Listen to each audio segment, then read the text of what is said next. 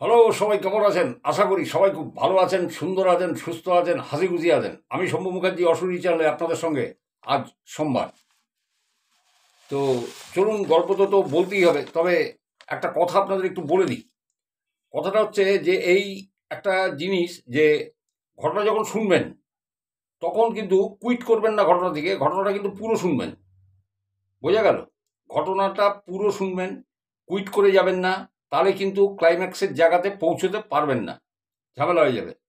মানে আপনি বলবেন যে এই লোকটা তো বকেই চলেছে, কি হলো কি হলো তারপরে কি হলো, তাহলে কিন্তু মুশকিল আছে। তো চলুন, আমি আজকে তিনটে মোটামুটি তো আইটেম নিয়েছি আমি, যে ঘটনা আপনাদের শোনাবো। তো চলুন, চোখে কারোর আলো টালো কিছু লাগছে না তো? ঠিক আছে, চলুন আমি ঘটনা শুরু করি। দেখুন, প্রথম ঘটনাটা আমি কিন্তু নাম টাম নেব না, কারণ যেখানে নাম নিই না সেখানে একটু চাপের ব্যাপার আছে। গত যে ভিডিওতে আমি বলেছিলাম যে খড়দার ওই যে এই রামকৃষ্ণ মিশন, রহড়া রামকৃষ্ণ মিশনে, ওখানে একজন বলেছিলেন যে হ্যাঁ না ওটা বৃন্দা সরকার, না বৃন্দা সরকার না, ব্রাহ্মণ ব্রাহ্মণ। আমি বলে দিলাম তো, ভট্টাচার্য, মুখার্জি, চ্যাটার্জি, ব্যানার্জি এরকম টাইটেলের মধ্যে আছে, যে বাড়িতে দীপঙ্কর থাকতো। বলে দিলাম আপনাকে, তো মানে এর মধ্যে হবে, আমি তো প্রমিনেন্ট, আমি বলতে পারি না এগুলো। তো চলুন, এই ঘটনাটা যে আমাকে পাঠিয়েছেন, এই ভদ্রলোক দুর্গাপুরে, দুর্গাপুরে চাকরি করেন, দুর্গাপুরে বাড়ি না, দুর্গাপুরে চাকরি করেন, ওখানে ভাড়া থাকতেন। হ্যাঁ, ঘটনাটা 2021 ঘটেছিল, কিন্তু 22 মারাত্মকভাবে ওটা এফেক্ট করে। ঘটনাটা ছিল, ওই ভদ্রলোক অফিসের কাজের জন্য, মানে ওনাকে বাইরে ট্রাভেলিং করতে হতো। তা রেগুলার তো ইনফ্যাক্ট বাড়িতে আসা সম্ভব না। হ্যাঁ, তা যেহেতু রেগুলার বাড়িতে আসা সম্ভব না, তখন ওর স্ত্রী থাকতেন। আর ছেলে বোধহয় এইখানে কলকাতাতে ছেলে থাকে। ঠিক আছে, সে ওনার চাকরি বাকরি করে, যাই হোক। তা উনি আর ওনার স্ত্রী থাকতেন। এইবার ওই যে উপরের যে ভদ্রলোক, ওই ভদ্রলোকের নাম আমি জানি, কিন্তু আমি নামটা নিলাম না, কারণ ঝামেলা হয়ে যাবে তাহলে। তো ওই ভদ্রলোকের 2021 করোনার যে সেকেন্ড ওয়েভটা, ওই টাইমে ওনার করোনা হয়। তা করোনা হয়েছে, করোনা ভালো হয়ে গেছে, ঠিক আছে। এইবারে 2022 প্রথমে গিয়ে ওই ভদ্রলোকের একটা সানস্ট্রোক হয়, বুঝতে পারছেন? একটা সানস্ট্রোক মতো হয় এবং হসপিটালাইজড হতে হয়। কিন্তু ডাক্তার বলে যে না, উম, এই যে সানস্ট্রোক বলুন আর যাই বলুন, এটা করোনারই এফেক্ট। ডাক্তার কিন্তু ঠিক বলেছেন, বলছে এটা করোনা। এবং ভদ্রলোক আলটিমেট মারা যান 2022 প্রথম দিকে।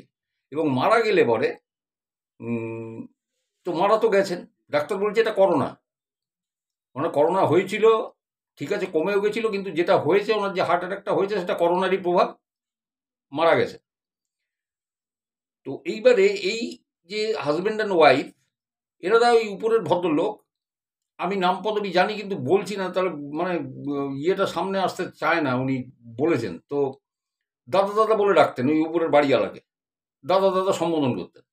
তো বলছেন যে ওনার স্ত্রীও ওই দাদা দাদা বলে ডাকতেন। ভদ্রলোকের দুই মেয়ে আর স্ত্রী, এই নিয়ে তো, মেয়েরা তো বড়, যাই হোক।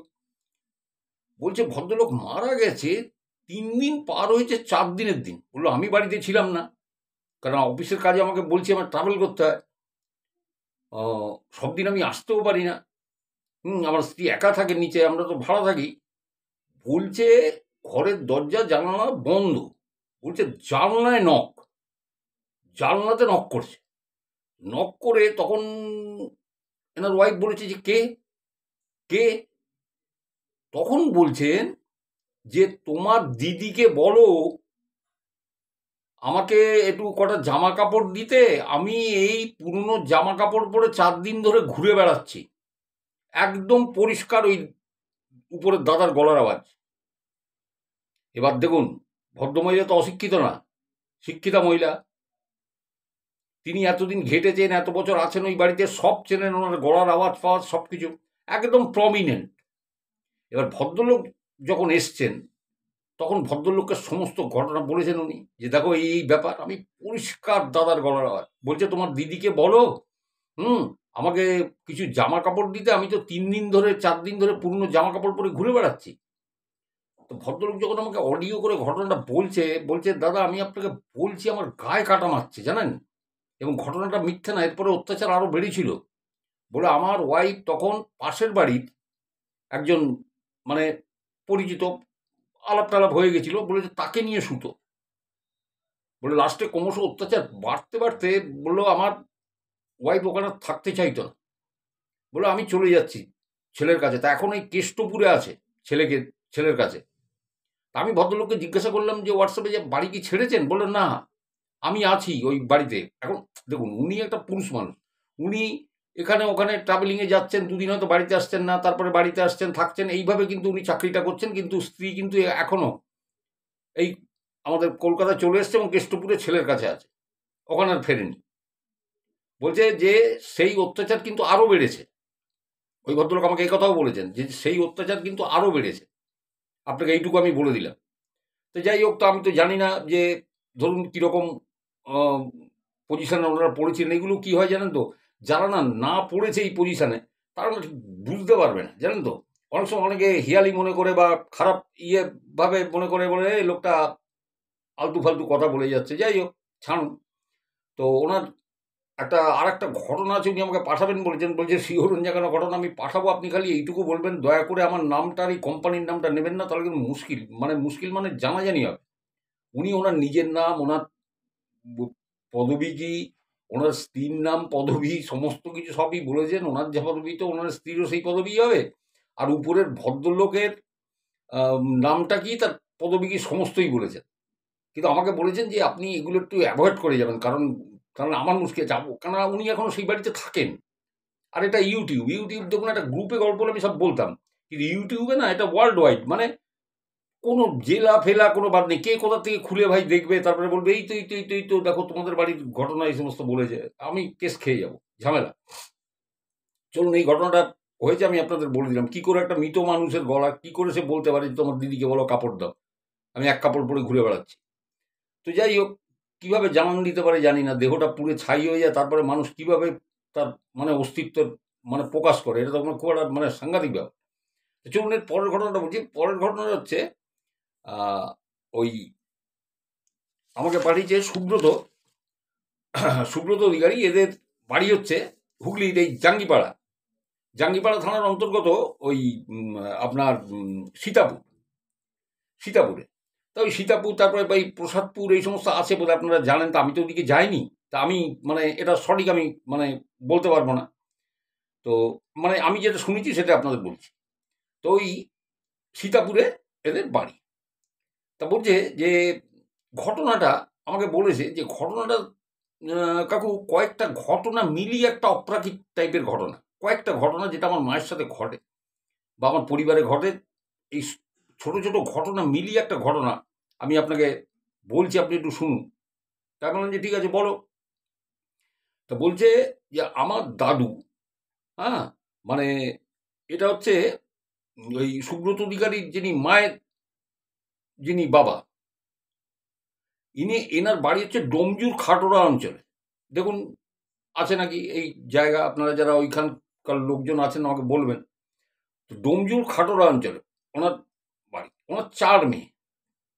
ওনার দাদুর নাম হচ্ছে গৌরমোহন চ্যাটার্জি, ঠিক আছে। তো 4 মেয়ে। এবারে বড় মেয়ের বিয়ে হয়েছে, মানে এর যে সুব্রত যে বড় মাসি, ওনার বিয়ে হয়েছে সীতাপুরের পাশে কোতলপুরে। আর মেজো মাসি যিনি, এনার বিয়ে হয়েছে, আমি একটুখানি বলে দিচ্ছি, এটা হচ্ছে মেজো মাসির বিয়ে হয়েছে নারানা বলে কোনো জায়গা আছে, নারানা কালীবাড়ি আছে, ডোমজুর থানার অন্তর্গত এটা, ঠিক আছে। এবং ভট্টাচার্য পরিবার বিশিষ্ট মানে পরিবার। এবং বলছে আমার সেই মেজো মেশোকে সবাই খুব ওখানে মান্যিগণ্যি করে, আমার পুরোহিত পরিবার, ঠিক আছে। আর সেজো মাসির বিয়ে হয়েছে হাওড়া শিবপুরের বৈষ্ণবী পাড়া, বুঝতে পেরেছেন। বলছে আর আমার মা তো এই সীতাপুরে আমাদের এইখানটাই বিয়ে হয়েছে। বলে আমার মায়ের যিনি বাবা গৌরমোহন চ্যাটার্জি, ওনার দুর্গাপুরে একটা জুতোর দোকান ছিল। তা দেখুন, আমি একটা জিনিস যখন আমাকে কেউ ঘটনা বলে, আমি তখন একটা কল্পনা করে নিই যে জুতোর দোকান মানে কি, শুনুন, ওখানে শুধু জুতোর দোকানও না, রিপেয়ারিং এর কাজও হতো, যার জন্য রবার সোল টোল অনেক কিছু ওখানে মজুদ থাকতো। এবার ব্যাপারটা হয়েছে, বলছে আমার মায়ের নাকি তখন 1 মাস বাকি, অগ্রহায়ণ মাসে বিয়ে, আর এটা দীপাবলির সময়। এখন ওইখানে পাশে ছেলেরা বোধহয় বাজি ফাজি ফাটাচ্ছিল, কি করে ওই জুতোর দোকানে আগুন ধরে যায় এবং পুরোটা একদম ডাউন হয়ে যায়, মানে পুরো পুড়ে যায়। তো কি করা যাবে, কিছু তো করার তো নেই। এবার দাদু ভেঙে পড়েছে এবং দাদু তারপরেই অসুস্থ হয়, বলছে আমার দাদু তারপরেই অসুস্থ হয়ে যায় যে ওই ঘটনাটা হওয়ার পরে। তো মায়ের তো বিয়ে হয়ে যায়, তা বিয়ের তো জোগাড় যন্ত্র উনি করে রেখেইছিলেন। তা বিয়ে তো হয়ে গেছে। তা বিয়ে হয়ে যাওয়ার পর বলছে মা গেছে দাদুর কাছে, যে দাদুর শরীর অসুস্থ শুনে। এবার গিয়ে দেখেছে দাদু প্রচণ্ড অসুস্থ, ওই খাটোটা অঞ্চলে, ওই ডোমজুড়ে ওইখানে দাদুর বাড়ি, বাপ মানে বাপের বাড়ি গেছে। তো গিয়ে দেখছে যে তার বাবা অসুস্থ, মানে সুব্রত দাদু অসুস্থ। তো তখন উনি আর ফেরেননি বাড়িতে, বলেছেন ওনার হাজব্যান্ডকে যে এরকম বাবার শরীর ভীষণ খারাপ। উনি থেকে গেছিলেন এবং 24 দিন আর 10 দিন, বলছে মা ওখানে 10 দিন মতো ছিলেন, ওই 34 দিন। হ্যাঁ, বলছে মায়ের বিয়ের ওই 34 দিনের মাথায় দাদু কিন্তু মারা গেলেন। ঠিক আছে, মানে ওই ইয়েটা নিতে পারেননি, চোটটা, এই যে দোকানটা পুড়ে যাওয়াটা না, এই চোটটা নিতে পারেননি। তো ফলে যা হওয়ার তাই হলো। তো উনি তো চলে গেলেন। তা এইবারে শ্রাদ্ধ শান্তির দিন, শ্রাদ্ধ শান্তি তো ওই 10 দিনে, ব্রাহ্মণ পরিবার তো 10 দিনে ঘাট কাজ, 11 দিনে কাজ হয়। তো সেই কাজ টাজ তো হয়ে গেছে। এবার শ্রাদ্ধের কাজটা সারতে সারতে তো বিকেল হয়ে যায়।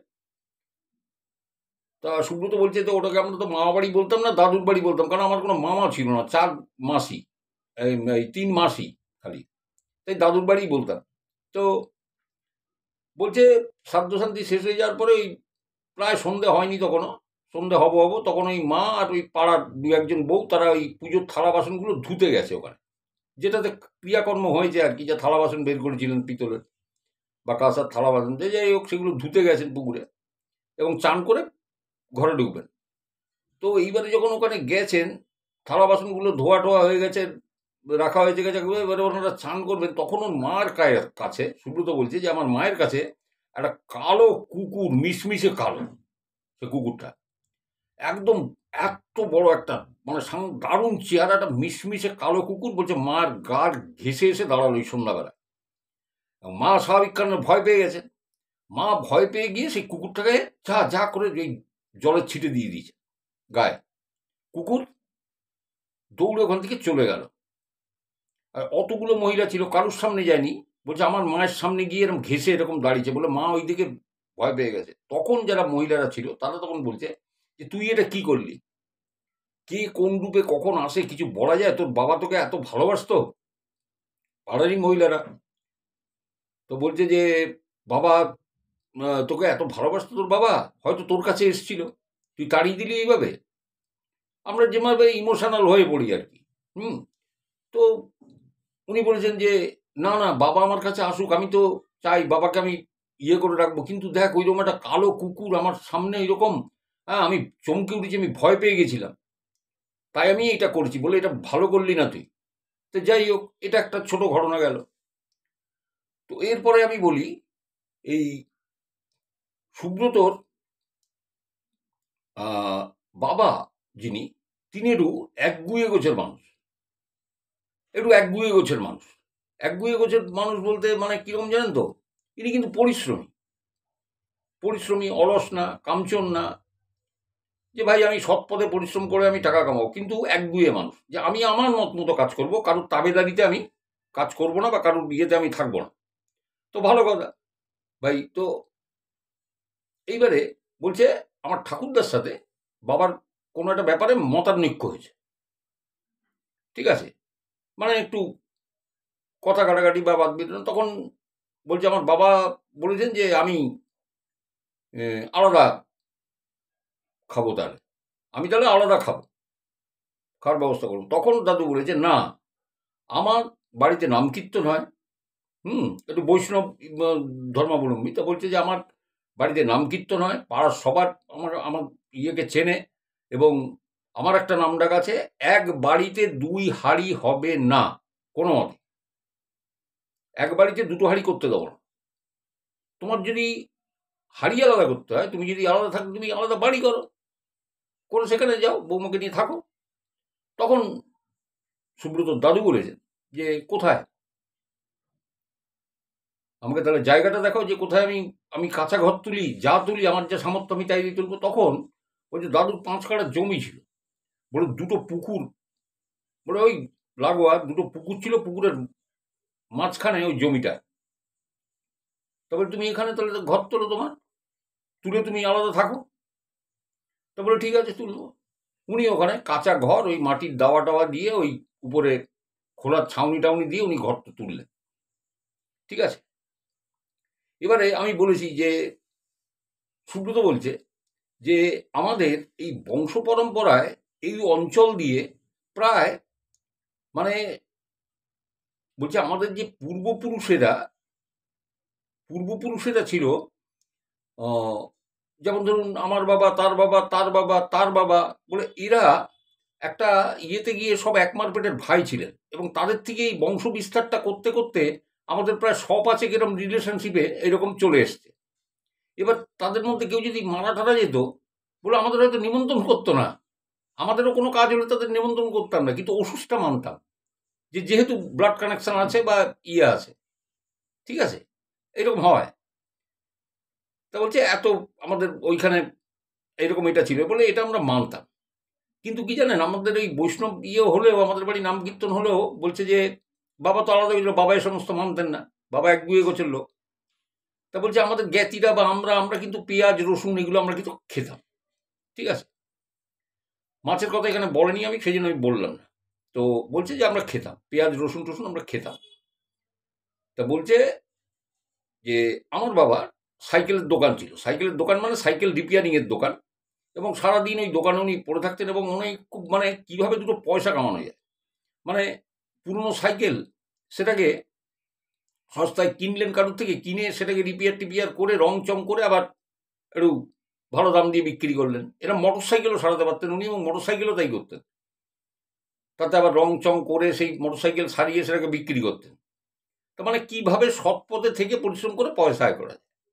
আর বলছে আমাদের বংশের নাকি একটা ছিল, সেই প্রাচীন ইয়ের থেকে মানে এটা চালু হয়ে আসছে, যে আমাদের বংশে নাকি ছাগল পুষতে নেই। ছাগল যেখানে বাঁধা আছে সেই ছাগলের দড়ি ডিঙানো যাবে না, এবং ছাগল ঘরে পোষা যাবে না, তাহলে নাকি মানে বাচ্চার ক্ষতি হয় বা কিছু হয় বা বংশবিলোপ হয়, এরকম একটা কোনো একটা ব্যাপার আছে, যার জন্য এরকম দেখবেন অনেকের বাড়িতেই অনেক এরকম বিধিনিষেধ এরকম থাকে।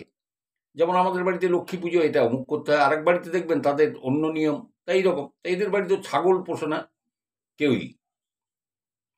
কিন্তু আমি বলেছি সুব্রতর বাবা একটু অন্য রকমের মানুষ, ইনি 1-2 লোক, ইনি ছাগল গরু মানে হাঁস সবই পুষে। উনি এগুলো পাত্তাও দিতেন না, মানতেন না, বুঝতে পেরেছেন? তো যাই হোক, তো হয়েছে ভাই, চলো।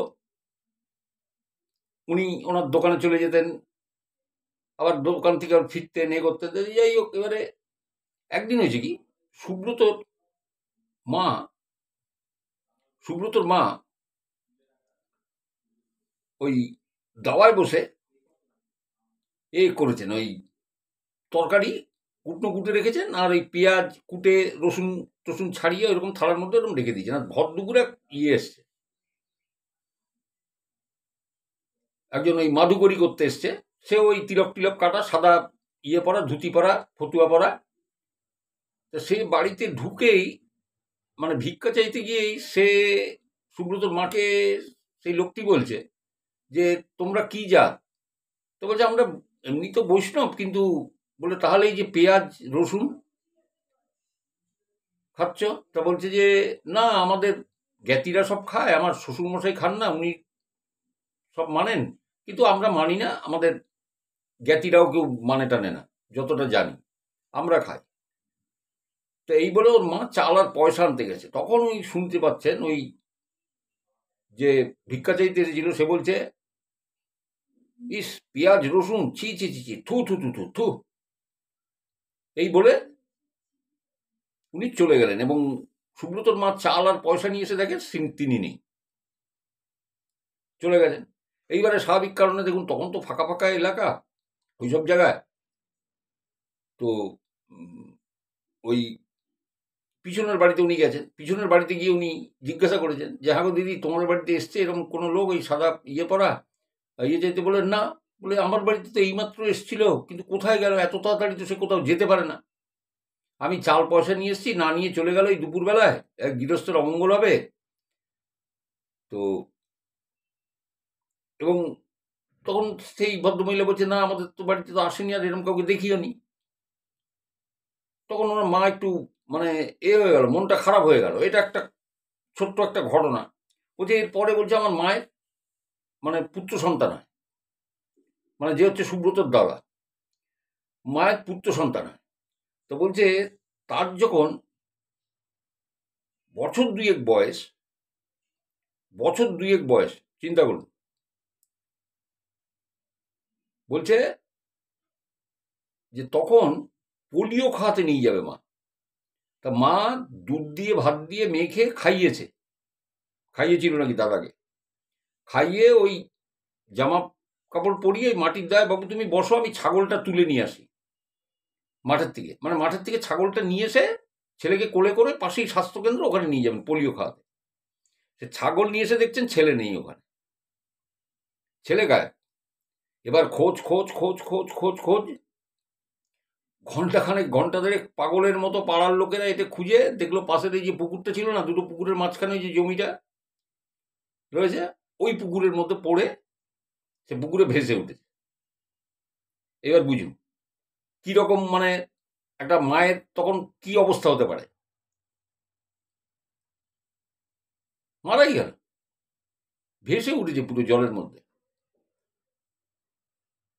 তা বলছে সেদিনটা ছিল বুধবার, আমাকে বলছে সুব্রত, বলছে বুধবার, কিন্তু কোন মাস আমি আর তারিখ আমি জিজ্ঞাসা করিনি জেঠু, কারণ জানেন মা মনে কষ্ট পাবে, প্রথম সন্তান আমার দাদা তো ছিল। তা আমি সেই জন্য মাকে আর আপনাকে বলার আগে আমি মাকে আর জিজ্ঞাসা করিনি, মার মনে খুব কষ্ট হয় সেই কথা চিন্তা করলে। তা বলছে জানি না কেন এমন হলো, কি কি কারণে হতে পারে, কি মা ওই কালো কুকুরটার গায়ে জল ছিটিয়ে দিয়েছিল দাদু যখন ওই শ্রাদ্ধ শান্তির কাজ হয়, ওই ওই ঝাপদা বলে যে জায়গাটা আছে খাটোরা এলাকার ঝাপদা, ওই কেরানি পুকুর ওই আপনারা হয়তো জানবেন, কেরানি পুকুর এখনো হয়তো আছে। তো ওইখানে ওই থালা বাসনগুলো ধুতে গেছিলেন, তখন এরকম হয়েছিল, কুকুরের দেখে ভয় পেয়ে গেছিলেন, কালো কুকুর দেখে জল দিয়েছিলেন। সেটা কারণ এই দাদা মারা যায় বা তার বাচ্চাটা মারা যাওয়ার এই কি কারণ? আর হতে পারে যে ওই যে বৈষ্ণব এসেছিলেন ভিক্ষা চাইতে এবং তিনি থুতু থুতু করে চলে গেলেন পেঁয়াজ রসুন খেতে দেখে, সেইটা কারণ? নাকি বাড়িতে ওনার বাবা ছাগল পুষেছিলেন, যে ছাগল পুষলে বংশলোপ পাবে, কোনটা কারণ? বলে এরম মানে তথ্য আমি ঠিক করতে পারিনি, মানে কোনো খুঁজে পাইনি যে কারণটা কি, কি কারণে এরকম হয়ে গেল। যে সামান্য একটু দূরে মানে মা মাঠ থেকে ছাগল টেনে যাবে, সে তো অত বেশি মানে টলটমল পায়ে হাঁটে, একটা 1.5-2 বছরের ছেলে কি কত ইয়ে করবে বলুন। এসে দেখছে নেই, পুকুরে পড়ে আর মানে 1.5 ঘন্টা বাদে জলে ভেসে উঠেছে। তো যাই হোক, তো এরকম তো হলো। যাই হোক, বলো এরপরে মার তো মন তো খুব ভেঙে গেছে। তা এর বোধহয় মাস 2-3 পরে বলছে ওখানে ইছানগরী নিমতলা বলে একটা জায়গা আছে, দেখুন আপনারা যদি কেউ সীতাপুর বা ওই সমস্ত অঞ্চলে থাকেন, জাঙ্গিপাড়া থানার অন্তর্গত, তাহলে বলবেন।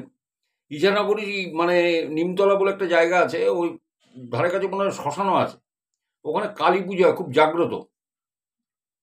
তা বলছে আমার বাবা মাকে নিয়ে ওখানে গেলেন পুজো দেখাতে, কারণ মায়ের মন টন তো খুব খারাপ, মনটা ভেঙে গেছে মায়ের ভীষণভাবে। তা মনটা খুব খারাপ, তো মাকে নিয়ে গেছেন ওই জন্যই, মানে মনটা যাতে একটু ভালো হয়, পুজো টুজো দেখুক। তা সেই কালী ঠাকুরের সামনে তো অনেক ভক্তের সমাগম হয়। তা ওর মা যে বসে বলছে আমার মা এক নাগাড়ে চোখের জল ফেলে যাচ্ছে, দূরে বসে এক নাগাড়ে চোখের জল ফেলে যাচ্ছে, আর মনে মনে বলছে যে মা তুমি আমাকে দিলে আর তুমি কেড়ে নিলে, আমাকে বাচ্চা দিলে আর তুমি কেড়ে নিলে, এ কিরকম বিচার হলো। এরপরে মা দেখতে পাচ্ছেন যে পরিষ্কার একটা জায়গায় একটা ওই বাচ্চাদের মাজায় যে ঘুনসি বাঁধা থাকে, দেখেছেন ঘুনসি, এরকম ওই ঘুঙুরের মতো এরকম, ওই একটা ঘুনসি পড়ে আছে পরিষ্কার জায়গায়। ওই সুব্রতর মা উনি করলেন কি, সঙ্গে সঙ্গে ওই ঘুনসিটাকে তুলে নিলেন, তুলে ওই মা কালীর দিকে তাকিয়ে বললেন যে মা এই ঘুনসি আমি আঁচলে বেঁধে নিলাম, তুমি আমার ছেলেকে ফিরিয়ে দাও, তুমি তো দিয়েছিলে, তুমিই দাও, তুমি ফিরিয়ে দিয়েছিলে, আর আমি কথা দিলাম এই ঘুমছি আমি তার মাজায় বেঁধে রাখবো, আর তোমাকে আমি সোনার জীব গড়িয়ে দেবো, গড়িয়ে পুজো দিয়ে যাব প্রণামী দিয়ে। এই বলে হাওয়া করে কাঁদছিলেন। তো বলছে ঠিক তার পরের বছর কতই জানুয়ারি বলেছিল আমার ঠিক খেয়াল পড়ছে না, মানে অনেকগুলো জিনিস মনে রাখতে হয় তো, 5ই বা 6ই জানুয়ারি, যাই হোক, ওর বয়স তখন ও বললো, সুব্রত বললো কত 26-26 হবে এরকম আর কি এখন ওর বয়স। তো বললো যে আমার পরের বছরই আমার জন্ম হয়, এবং তারপরে আমি ধীরে ধীরে বড় হয়ে এই ঘটনাগুলোকে আমি শুনি। এবং সুব্রত এর আগেও একটা কীর্তনের দল, এই মাধাই সরকার, আপনার দেখবেন এখানে ভিডিওটা আছে, ও বলেছিল সেই কি ঘটনা হয়েছিল, যে স্কুল বাড়িতে থাকতে দিয়েছিল। তাই এই একটা ঘটনা বললো। তো দেখুন এরকম হয় অনেক সময়, বংশে কোনো জিনিস যদি নিয়ম বিরুদ্ধ কোনো কিছু থাকে, যে আমাদের বংশেটা করতে নেই, আমার মনে হয় সেটা না করাটাই ভালো, বুঝলেন। এখন কি কারণে এটা হতে পারে যে পুত্র সন্তানকে হারাতে পারেন ওইভাবে, আমি জানি না। মানে এটা কিভাবে পুকুরের মধ্যে চলে গেল ওইটুকু সময়ের মধ্যে, এবং সে ভেসে উঠলো, খুবই মানে একটা সাংঘাতিক মর্মান্তিক ব্যাপার। তবে মা কালী কথা শুনেছিলেন, এবং পরের বছরই তার কোলে পুত্র সন্তান এবং এই সুব্রতর জন্ম হয়। ঠিক আছে, তো সালটা আমাকে বলেছিল কত সালে, মানে যাতে ওর এখন ওই মনে হয় 26 বছর বয়স টয়স, 26 কি 29 এরকম একটা কি বলেছে। যাই হোক, তা সুব্রতর এই ঘটনাটা আমি আপনাদের বললাম। আপনাদের যেসব জায়গার নাম করলাম, দেখবেন জায়গাগুলো আছে কিনা আমাকে জানাবেন, তাহলে বুঝতে পারবেন যে হ্যাঁ আমি ঠিক বা ভুল, আপনারা বুঝতে পারবেন। চলুন এবারে একটা ঘটনা শোনাই। দেখুন, আমি ঘটনাটা শোনানোর আগে আপনাদের একটা কথা বলি। এই ঘটনাটা যে আমি শোনাচ্ছি, এই ঘটনা থেকে কিন্তু কেউ কুইট করবেন না। মানে ঘটনা শুনতে শুনতে আপনি ভাববেন কি, কি জেঠু বকে যাচ্ছে, কি দাদা বকে যাচ্ছে, সে কখন, তাহলে কিন্তু গল্পের ক্লাইম্যাক্সে পৌঁছতে পারবেন না। আপনি শুনে নিন, পারবেনই না আসল জায়গাটায়। আমি শুরু করি, আমি যত পাচ্ছি আমি শর্টে বলে দিচ্ছি ঘটনাটা, শুনুন। এই ছেলেটার নাম হচ্ছে সলমান শেখ। এই সলমান শেখের পরিচয়টা আমি দিয়ে দিই। এ হচ্ছে মুর্শিদাবাদ জেলার রঘুনাথগঞ্জ থানার অন্তর্গত নতুনগঞ্জ গ্রামের বাসিন্দা। বোঝা গেল? মানে এদের নিয়ারেস্ট রেল স্টেশন হচ্ছে জঙ্গিপুর। ঠিক আছে, আমাকে যেটা বলেছেন। এইবারে এই সালমান শেখের একটা ব্যাপার ছিল। সালমান শেখের বাবা যিনি, তিনি ছিলেন হচ্ছে রাজমিস্ত্রিদের ঠিকাদার, এবং ওই সালমান শেখের যে মামার বাড়ি সেটা হচ্ছে এই হুগলির বাবনান বলে একটা জায়গা আছে। নট বাগনান, বাগনান হাওড়া ডিস্ট্রিক্টে, এটা হচ্ছে বাবনান। দেখবেন গুগল স্কুলে আছে, ওখানে স্কুলও আছে। তা উনি যেহেতু ওখানে ঠিকাদারিটা করতেন, তো উনি চাইছিলেন যে ছেলে তো একটু ভালো স্কুলে পড়ুক টুড়ুক, ওখানে স্কুলগুলো ভালো আছে বলো। সলমান বলছে আমাদের ওখানে তখন ওই তারপর অঞ্চলে ভালো বিদ্যালয় বা ভালো সেরকম একটা স্ট্যান্ডার্ড কিছু ছিল না। তা বাবা আমাকে এখানে নিয়ে আসেন, যার জন্য আমার শৈশব কৈশোর এইখানেই, এই হুগলিতেই আমার কেটেছে, মামাদের এখানে। ফলে আমাদের এই নতুনগঞ্জে আমাকে অনেকেই তখন হয়তো দেখেনি সেইভাবে। তা আমি ওখান থেকে মানে মাধ্যমিক মানে আমি পাস করে তারপরে আমি আমার দেশের বাড়িতে ফিরি। আর আমার বোন ওই নতুনগঞ্জে, ওই মুর্শিদাবাদে ওইখানেই থেকে, ও পাশের যে স্কুল সেখানেই পড়তো। হ্যাঁ, ওই যতটুকু পড়াশুনো করার ততটুকু করেছে। তো বলছে যে জেঠু আমাদের একটা চল আছে। ও দেখুন মুসলিম হয়েও কিন্তু আমাকে জেঠু জেঠু সম্বোধন করেছে। তা আমি বলছি, ও আমাকে বলছে যে জেঠু আমি সচরাচর না, আমি একটু চুপচাপ ছেলে, কারুর মানে নিজের কোনো কথা কাউকে অন্য কাউকে বলা টলা এগুলো আমি পছন্দ করি না, আর কম কথা বলা ছেলে। কিন্তু আপনার চ্যানেলের আমি প্রথম থেকে সাবস্ক্রাইবার। তা আমার জীবনে ঘটে যাওয়া ঘটনা একটা না কয়েকটা আছে এই মাছ ধরতে যাওয়াকে কেন্দ্র করে। আমি আপনার সঙ্গে আমি প্রথম ঘটনাটা শেয়ার করছি, আপনার ইয়েটা আমার এত ভালো লাগে, ভাবলাম জেঠুর সঙ্গে আমি শেয়ার করি এইটা। আমি কিন্তু এতদিন কাউকে বলিনি এই ঘটনা, বলে আমার বাড়ির লোকই জানে, বাড়ির লোকই জানে না, তা অন্য লোক জানবে কি করে। বলে শুনুন কি হয়েছিল। বলছে আমাদের এখানে একটু সকাল সকাল সব বিয়ে দিয়ে দেয়, বুঝতে পেরেছেন। বললো আমি তো মাধ্যমিক পাস করে এখানে ঢুকেছি, ঢুকে আমি কর্মের সন্ধানে আমি সোনার কাজের জন্য আমি বাইরে চলে যাই অন্য রাজ্যে। যেমন গুজরাট গেছে, অন্য রাজ্যে গেছে।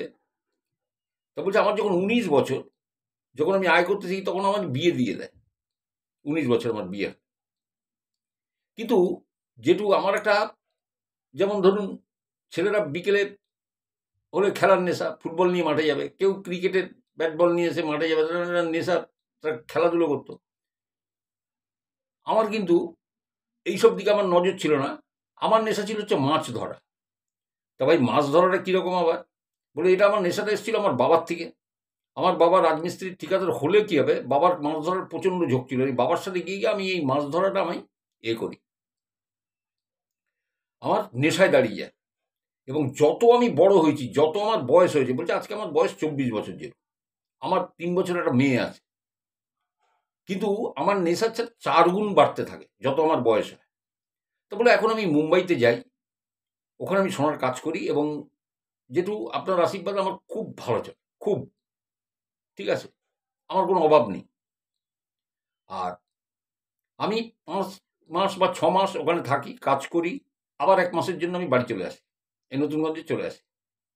আপনি আমার গ্রামে গেলে যদি বলেন যে এই সালমানদের বাড়ি কোনটা, বলে কেউ চিনবে না, বলবে কে সালমান? আপনাকে বলছে আমার কর্মদ্বার আমাকে চেনে, আপনাকে খালি বলতে হবে যে মাছ ধরে, মাছ, তখন বললো ও ওই সালমান, হ্যাঁ হ্যাঁ হ্যাঁ ওই তো ওই বাড়ি, বলে মাঠের পাশে আমাদের বাড়ি। কিন্তু আপনি জান এমনি কেউ সালমান দের বাড়ি কোথায়? এলো বলে আমার ছোটোবেলা তো ওখানে সেভাবে কাটেনি, বড় হয়ে কাটছে এখন, কিন্তু আমার তো ছোটোবেলা ওখানে কাটেনি, আমি তো মানে হুগলিতে কেটেছে।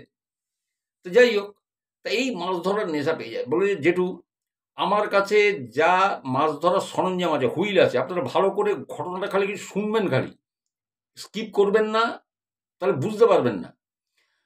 বলছে আমার কাছে এক একটা হুইল আছে, এক একটা সেট, মানে ছিপ শুদ্ধ হুইল লাগানো। বলে এক একটা দাম কত জানেন? 32,000 33,000 এক একটা দাম।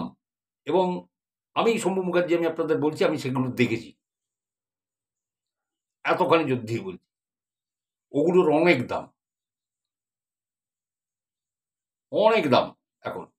কারণ একটা সময় এই মাছ ধরা, এই শর্মারও মাছ ধরার নেশা ছিল। ওই সাঁতরাগাছির ঝিল, যেটা দিয়ে আপনারা যখন এই পুরী টুরি যান বা দীঘা টিঘা যান, সাঁতরাগাছি বাঁদিকে ঝিলটা পড়ে, ওখানে আগে পাখিরা আসতো, ওই পরিযায়ী পাখিরা, ওইখানে বেলুড়ে কোথায় বাওড়ে, তারপরে আপনার এই দত্তবাগানের বাঁহাত দিয়ে ঢুকে গেল না গলিটা, একটা গেল পাইকপাড়ার দিক দিয়ে, আবার শ্যামবাজারে মিশলো বাসটা, আর এই বাঁ দিকে পেট্রোল পাম্পের পাশ দিয়ে গলিটা চলে গেল, ওখানে রেলের ঝিল, ওখানে ধরেছি কাতলা, মিরগেল, ওখানে ধরেছি। আমার প্রচুর নেশা ছিল। তো যার জন্য ওর ঘটনা আমি মন দিয়ে বলছি, আপনারা শুনুন খালি। তো বলছে যে আমি এক একটা সেটের দাম, বলে এইরকম আমার 6 থেকে 7খানা সেট আছে। বলে আমি গর্ব করছি না জেঠু, আমি পয়সা কামাই করি, আমি করেছি, এরা আমার শখ, মানে বহুত শখ। আর 7,000 8,000 10,000-এর মধ্যে সেট আছে আরও 5-7টা। বলে আমার কাজ কি জানেন? আমি যখন মুম্বাই থেকে আসি সকালবেলায়, আমি মানে সকালবেলায় ঘুম থেকে উঠি, বাড়িতে 1 মাসের জন্য আসি বা 1.5 মাসের জন্য। সকালবেলায় ঘুম থেকে উঠি, উঠে হাত মুখ ধুয়ে নাস্তা টাস্তা করে বাজারে যাই, বাজার করে এসে বাজারটা বাড়িতে দিয়ে দিই, দিয়ে এবার আমি বেরিয়ে গেলাম। বলে আমাদের এখানে তো 2টো নদী আছে, আপনি জানেন, একটা ভাগীরথী, ঠিক আছে, আর একটা নদী আছে। বলে ওটা ঠিক নদী না, মানে ওখান থেকেই একটা মানে শাখা মতো এরকম একটা খাল মতো এরকম একটা বেরিয়ে গেছে, ওগুলোকে বলছে গ্রাম্য ভাষায় দাঁড়া বলে, দাঁড়া। তা ওই একটা আছে। তো বলে আমার রুটিনটা হচ্ছে বাড়িতে আসলে মানে ওই নাস্তা পানি করে বাজারটা এনে দিয়ে আমি আমার ওই হুইল বা নিয়ে বসে যাই ভাগীরথীর এপারটায়, যেদিকটাতে আমরা থাকি। তা ওখানে বেলা 3টে 3:30-র সময় আবার উঠে চলে আসি, বাড়িতে এসে স্নান খাওয়া দাওয়া করে একটু বিশ্রাম টিশ্রাম নিয়ে আবার এই 6টার সময় বেরিয়ে যাব ওই ঝুপসি বা কোচ নিয়ে। কোচ ওই যে লোহার শিক গাঁথা থাকে, ওই দিয়ে ছুঁড়ে মাছ মারে, তাহলে ওটা নিয়ে যাই ওই সরু নদীটায়, হ্যাঁ, যেটা ছোট্ট ওই খালের মতো, ওইটাই যাই 6টা 6:30 7টা এরকম সময়। ওখানে গিয়ে ওই টর্চ দিয়ে দেখি ওই শোল মাছ, গজাল মাছ, এগুলো সব ওই পাড়ের কাছে যখন আসে, তখন ওই আলোটা জেলে টিপ করে ওই কোষটা ছুঁড়ে মারতে হয়, এবং ওটা গায়ে গেঁথে যায়। আপনারা জানেন এইভাবে মাছ ধরে, আমিও ধরেছি, কোষ দিয়ে মাছ আমি মেরেছি, কোনো ব্যাপার না। তো বলে এইভাবে ধরতাম। তা বললো এটাও ধরুন ওই আমার চলতো 8টা, 8:30 পর্যন্ত, 9টা, 10টা বাড়িতে আসতাম। বলে এর জন্য মার কাছে বকা খেয়েছি, আমার স্ত্রী খ্যাচর ম্যাচর করে, গেলে কি করব? আমার তো ভাই এটা মানে পুরো দস্তুর নেশা। তা একদিন হয়েছে কি, বলছে যে এই ঘটনাটা যেটু আজকে 2024 ডিসেম্বরে আপনাকে পাঠাচ্ছি, ও ডিসেম্বরে পাঠিয়েছিল, এখন জানুয়ারি ফেব্রুয়ারি হয়ে গেছে, আমি 2 মাস বাদে বলছি, শুনুন। বলছি এই ঘটনাটা, বলছে 2023 ডিসেম্বর মাসের শেষ না জানুয়ারির প্রথম, আমি মনে করতে পারছি না যেটু একজ্যাক্ট ডেটটা, তবে শীতকাল, এইটুকু আপনাকে বলি, শীতকাল। বলছে আমি ওই রকম মুম্বাই থেকে সবে আমি বাড়িতে এসেছি। তো এসে তো আমার তো রুটিন তো আপনি জানেন, আমি যে বলেই দিলাম, বাড়িতে বাজারটি করে দিয়ে নাস্তা পানি করে আমি বেরিয়ে যাবো। আবার সেই 3টে 4টের সময় এসে স্নান খাওয়া দাওয়া করে আবার বেরিয়ে। তা বলছে ওই সেদিন সন্ধ্যাবেলায় বেরিয়েছি আমি। তা বেরিয়ে ওই কোচ নিয়ে বেরিয়েছি, হাতে টর্চ। তো গেছি ছোট ইয়েতে, ছোট ওই সরু যে খালের মতো যে নদীটা আছে, ওখানে মাছ মারতে। তা মেরেছি, শোল মাছ মেরেছি মেরেছি। বলছে আমার ছোট চাচাও ছিল আমার সাথে। বলছে তারপরে গ্রামেরও আরও 2-3 জন ছিল, ঠিক আছে। তাই মেরে টেরে যখন নাকি ওই ইয়েতে আসছি, বাড়িতে আসছি, তো তখন বলছে একজন আমাকে বলছে যে সালমান, আহ, চলো একদিন বড় নদীতে ধরে আসি, বোয়াল। তখন সালমান বলছে যে, বলছে সম্পর্কে, বলছে আমার সমবয়সী, কিন্তু সম্পর্কে আমার চাচা হয়, যে আমাকে এই কথাটা বলেছে।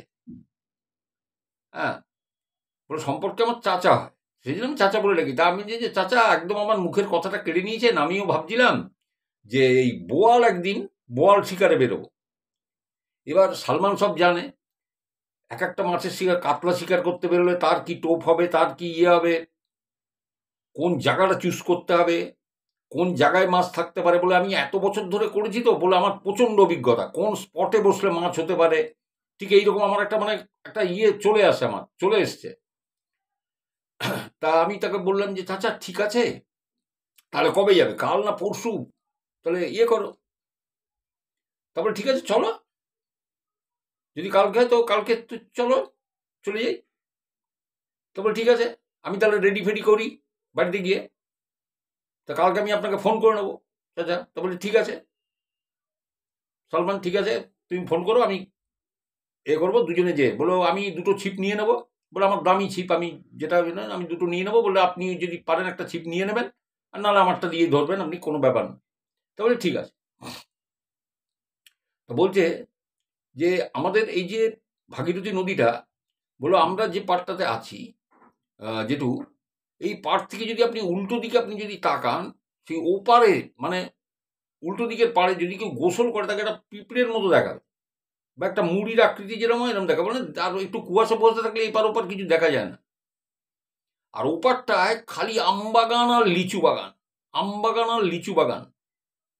কারণ বলছে আমরা যে পাড়ে থাকি এইদিকে জনবসতি আছে, হুম, মাঠের ধার দিয়ে দিয়ে জনবসতি আছে, কারণ এপারে গঙ্গার ভাঙনটা মানে নেই, কিন্তু ওপারটা কিন্তু ভাঙছে প্রচণ্ডভাবে। যার জন্য খেয়াঘাট পার হয়ে আপনি যদি ওপারের খেয়াঘাটে আপনি পৌঁছন, ওখানে লোক আছে, সারা রাত থাকে, খেয়া চলাচল করে, সারা রাত ওখানে লোক থাকে ওই ঘাটে। কিন্তু ওখানে নেমে আপনি যে যাবেন না, কোনো বাড়ি টাড়ি পাবেন না। আপনাকে 14-15 মিনিট হেঁটে যেয়ে তারপরে 2-4টে বাড়ি পেতে পারেন, কারণ ওখানে ধারে কেউ বাড়িই করে না, সব ধসে যাবে। বলে আমাদের এ পাশটা সরকার ওই দিয়ে পাথর বোল্ডার দিয়ে পুরো বাঁধিয়ে দিয়েছে চারপাশটা, এখানে ভাঙে না, কিন্তু ওপারটা ভাঙে। তা বলছে আমরা যে ঘাটটায় স্নান করি, এটাকে বলে বাঘার ঘাট। বলছে এখান থেকে আমাদের ঘাটটা থেকে বাঁ দিকে আপনি যদি 5-7 মিনিট হেঁটে যান, তাহলে আর একটা সান বাঁধানো ঘাট আছে, সেটাকে বলে ওই সান বাঁধানো ঘাট বা পাইপ ঘাট। বলে ওখান থেকে যদি আর আপনি মিনিট 10 যদি আপনি হাঁটেন, হ্যাঁ, একটা মানুষ যেরকম হাঁটে নর্মাল, ওইরকম যদি আপনি হাঁটেন, তাহলে একটা শ্মশান পড়বে আপনার, বুঝতে পেরেছেন, একটা শ্মশান।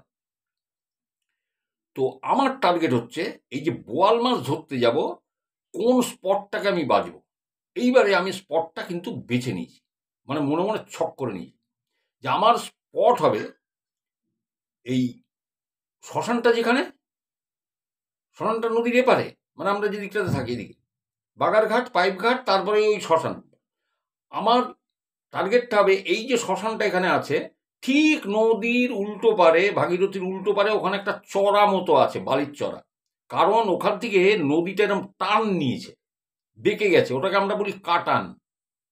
ওদের ভাষায় বলছে যে ওটাকে আমরা বলি কাটান। তাই যেহেতু ওই কি ওখানে ইয়েটা নিয়ে নিয়েছে, ওই পাড় ভেঙে নিয়ে ওখানে একটা মানে একটা বালিয়ার একটা চর মতো তৈরি হয়েছে।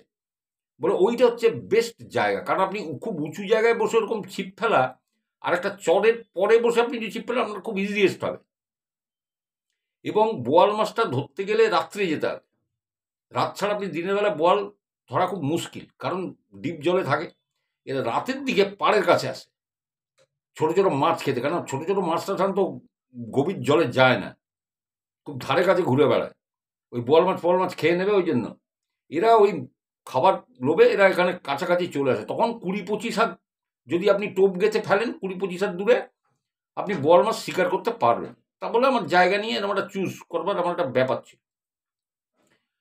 তো বলছে যে এইবারে ওই চাচা তো কে তো বলে রেখেছি, তা চাচাকে আমি পরের দিন ফোন করলাম যে চাচা আজকে তাহলে আমরা বেরোচ্ছি। তা বলছে হ্যাঁ হ্যাঁ সালমান ঠিক আছে, বেরোবো, কোনো ব্যাপার না। হুম। তা বলছে যে আমি কিন্তু স্পটে চলে যাব চাচা, আর আপনাকে আমি স্পটটা বলে দিই। বলে চাচাকে আমি স্পটটা বললাম। বললো খেয়াঘাটটা পার হবো, খেয়াঘাট পার হয়ে ওই ঘাটে যাবো, ওখানে আমার মোটর সাইকেলটা রাখবো, রেখে আর আপনি খেয়া পার হয়ে চলে আসবেন। চলে আসবেন। আমি কিন্তু ওখান থেকে হেঁটে ওই যে চড়াটা আছে শ্মশানের উল্টো দিকে, যে চড়াটা ভাগীরথীর, ওই চড়ার উপরে বসবো, ওইটাই কিন্তু স্পট। তা আপনি আসবেন তো, যদি চিনতে না পারেন ওই জন্য স্পটটা বলে দিলাম। তা বলছে ঠিক আছে সালমান, কোনো চিন্তা নেই, আমি চলে যাব। বলে এইবারে যখন এই কথাটা হয়েছে আগের দিন রাত্রে যে কালকে এরম মানে বোয়াল শিকার করতে যাব, বললে আমি ওই ছোট নদীতে ওই কোচ দিয়ে শোল মাছ মারার পরে বাড়িতে এসে আমি রাত্রেবেলা 7-8টার সময় ওই সুতো ছিপ রেডি করতে হবে। তো বলে আমি তো সবে মুম্বাই থেকে ফিরেছি, সুতো তারপর ছিপ টিপ সব রেডি আমি সব করছি। এবার মা তো বড় বড় চোখ করে তাকাচ্ছে, এই কোথায় যাবি? তো সালমান মিথ্যা কথা বলেছে। বলছে না মা, কালকে একটা ওই নদী পার হয়ে ওপারে যাবো, ওই বন্ধুদের একটা বড় পুকুর আছে, ওখানে মাছ ধরতে যাবো। বলে মাকে যদি বলি যে নদীতে সারা রাত মাছ ধরবো দুজনে মিলে, তাহলে তো সর্বনাশ হয়ে যাবে, বাড়িতে তুলকালাম হয়ে যাবে। মানে এসব জায়গা ভয়ের জায়গা, বলে ওই জন্য আরো বেশি। কারণ গ্রামের দিকের মানুষ এগুলো প্রচন্ড মানে। তো বলছে আমি রাত্রিবেলা ওই সুতো ছিপ টিপ নিয়ে সব রেডি করছি, যে বোয়ালের বড়শি যেরকম হবে, কাতলার বড়শি কেমন হয় সেরকম বলে বড়শিগুলোকে আমি, ওরা বলে বংশী, হ্যাঁ ওদের ইয়েতে বংশী বলে। তো যাই হোক, সেই বড়শিগুলো বার করেছে, বার করে বলছে আমার যে বড়শি বানার যে সুতো, হ্যাঁ যে সুতোটা আছে, বলে ওটার মানে 100 মিটার দাম কত জানেন? 2200-2300 টাকা। ঠিক আছে, ওরা বলে প্যারাসুট সুতো। তো যাই হোক, তা বলে অত দাম দিয়ে আমি কিনতাম, মানে মাছের ছিঁড়ে নিয়ে যাওয়ার উপক্রম নেই, মানে কোনো মতেই পারবে না।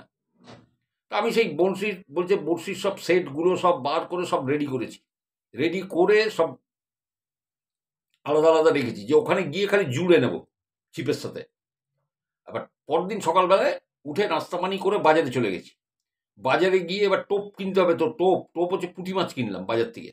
এই পুঁটি মাছ কিন্তু এমনিভাবে হবে না, পুঁটি মাছের বাড়িতে এনে পুঁটি মাছের আঁশ ছাড়াতে হবে, আঁশ ছাড়িয়ে তার মাথাটা ফেলতে হবে, তার পেট ফেট পরিষ্কার করতে হবে, পরিষ্কার করে ভিতরের কাঁটাটা বার করতে হবে, করে পিস পিস করে কাটতে হবে, কেটে ওই টোপ এরকম এরকম তৈরি করতে হবে, করে সেটাই বড়শিতে এরকম গাঁথতে হবে, সেটা আবার কিছুক্ষণ রোদ্দুরে রাখার দরকার। তা আমি সকালেই বাজারে চলে গেছি, এসে সেই পুঁটি মাছের ফুল প্রিপারেশন করেছি, টুকরো টুকরো করে কেটে ভিতরের কাঁটা ছাড়িয়ে সব টোপ বানিয়ে। বললো আমি একটা জায়গাতে মাছ ধরতে যাবো, আমি গোটা 25 টোপ আমার কিন্তু থাকবে, মানে স্টকে গোটা 25 মানে কখনো কোনো টোপ পাল্টাতে হয়, গোটা 25 টোপ খালি পুঁটি মাছের টোপ। তো আমি বললাম যে পরদিন আমি তো মাকে বললাম যে দুপুরবেলা যে মা এরকম তো মাছ তো ধরতে যাবো, মাকে বলে দিয়েছি যে বন্ধুর বাড়ির পুকুরে ওই নদী পার হয়ে যাবো, ওদের পুকুরে মাছ ধরবো, তা তুমি আমাকে সন্ধ্যেবেলা একটু খাবার টাবার রাতের খাবার একটু করে দিও।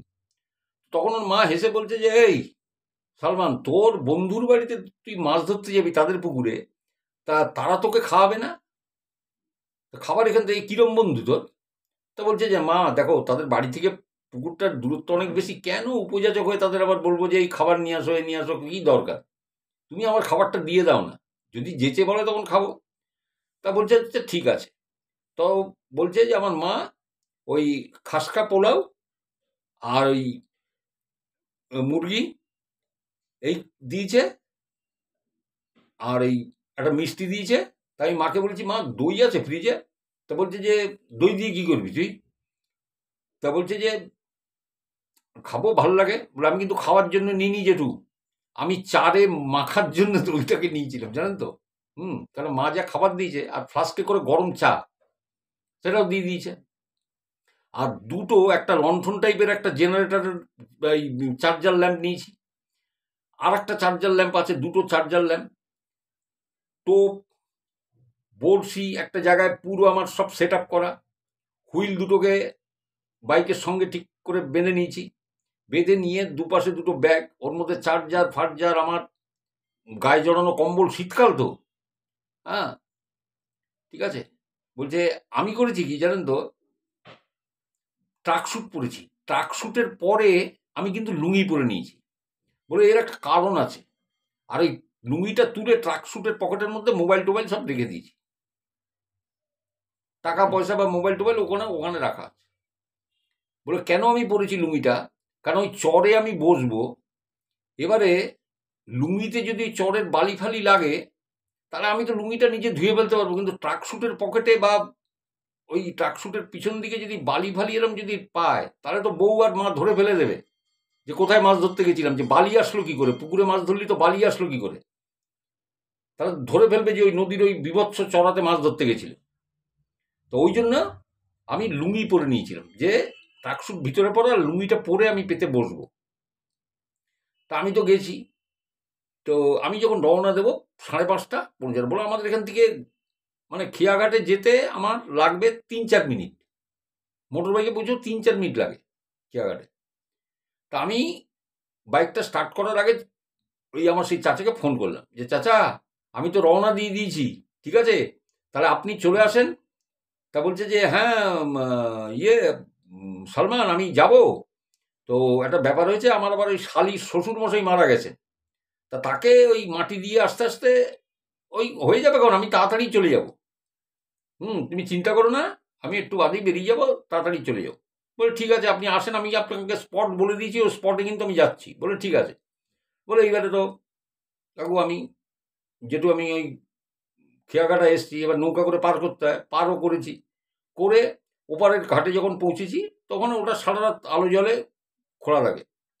তো ওখানে যে থাকে তাকে বলছি যে, কাকু এই বাইকটা রাখো, হ্যাঁ আমি যখন আসবো তখন আমি নিয়ে যাবো। বলে হ্যাঁ থাক। বলে ওটা সারা রাত খোলা থাকে, পাশে একটা পানের দোকান আছে, সেটাও খোলা থাকে, কিন্তু ওখানে আপনি বাড়ি ফাড়ি পাবেন না, ওখান দিয়ে হাঁটতে হবে আপনাকে অনেক দূরে, কারণ ওই গঙ্গার ভাঙনের সমস্ত ইয়ে হয়ে যায়।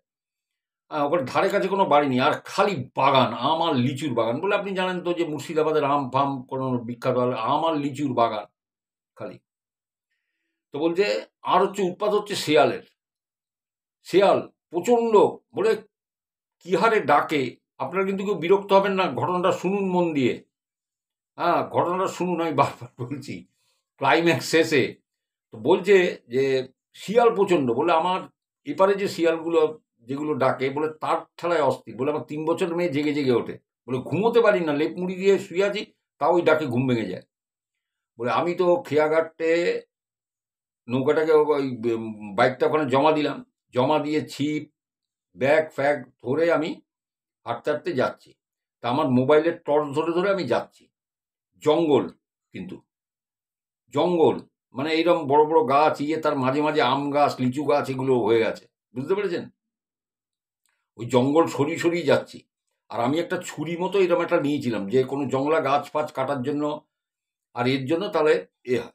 কিন্তু যেহেতু আমি যখন যাচ্ছি না, তখন ওই জঙ্গলের মধ্যে দিয়ে, তখন না আমার একটা জিনিস কিন্তু আমার মাইন্ডে এসছে, যে এটা আমি ঠিক করলাম না, আজকে এসে আমার ঠিক হয়নি আসাটা। মানে আমার সিক্স সেন্স আমাকে বলে দিচ্ছে যে আমার আশাটা ঠিক হয়নি। জানি না কেন এরকম কি মনে হলো। তবু দেখুন আমার তো বিশাল নেশা। হুম এবারে ওই খেয়াঘাট থেকে ওই যে চটটা যাব, যার উল্টো দিকে আমাদের ওই দিকটা শ্মশানটা পড়ে, ঠিক তার উল্টো দিকে আমি বসবো। ওই চটটায় বসলে ওই শ্মশানটা দিনের বেলাতে পরিষ্কার দেখা যাবে। দূরে ছোট্ট এরকম। তো বলছে ওই খেয়াঘাট থেকে ওই চটানটা পর্যন্ত, যেখানে ওই চর মতো পড়ে আছে, ওইটা যেতে 8 ঘন্টা সময় লাগবে আপনার। তাহলে কতটা দূরে আমি হাঁটছি চিন্তা করুন, আধা ঘন্টা।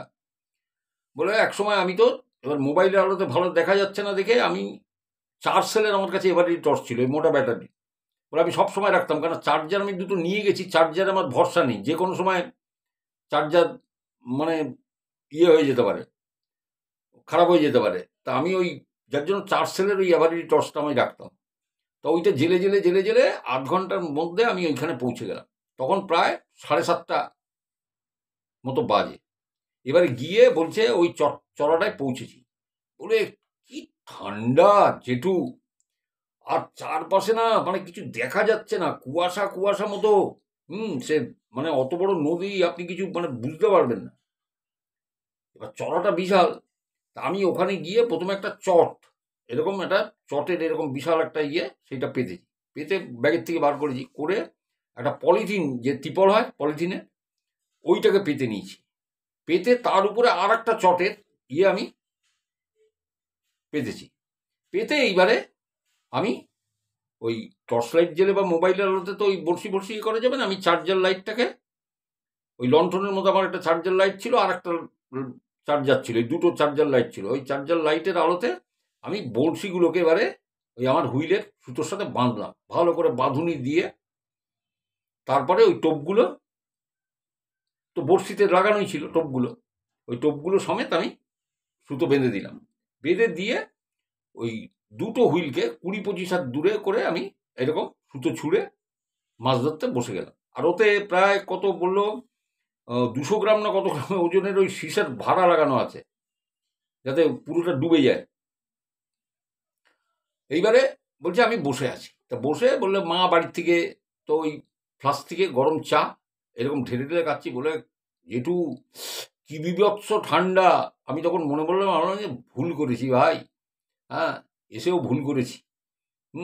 আসাটা উচিত হয়নি। আর সে চাচা কি হলো, এবার একটা ফোন করেছি 7:30 নাগাদ, ওই ছিপটিপ ফেলে চা খাচ্ছি, তখন ফোন করছি। আপনার ও চাচা, আপনি কোথায়? আপনি তো বললেন যে আসবেন, কি হলো? বললো বাবু সালমান, ওই বলি কি যে আমার যে সেই শালির শ্বশুরমশাই, তার ছেলেরা একজন থাকে টাটানগর, কেউ কলকাতায়, তারা আসতে দেরি করছে। তা বাপুরে আজকে আর আমি যেতে পারবো না। বললো যেই এই কথা বলেছে জেঠু আমি ফিউজ। কারণ সর্বনাশ করেছে, আমি আসতে গেলাম কেন? আপনি তখন যদি রাস্তায় আমাকে আগে বলে দিতেন যে আমি বোধহয় যেতে পারবো না সালমান, আমি এই ঝুঁকিটা নিতাম না। আমি কি ঝুঁকিটা আমি নিয়ে ফেললাম। এবার আমার না খুব মানে কি করব, উঠে যাব চিন্তা করছি। আবার বলছি না, মাছ ধরতে এসছি, ধরেই যাব।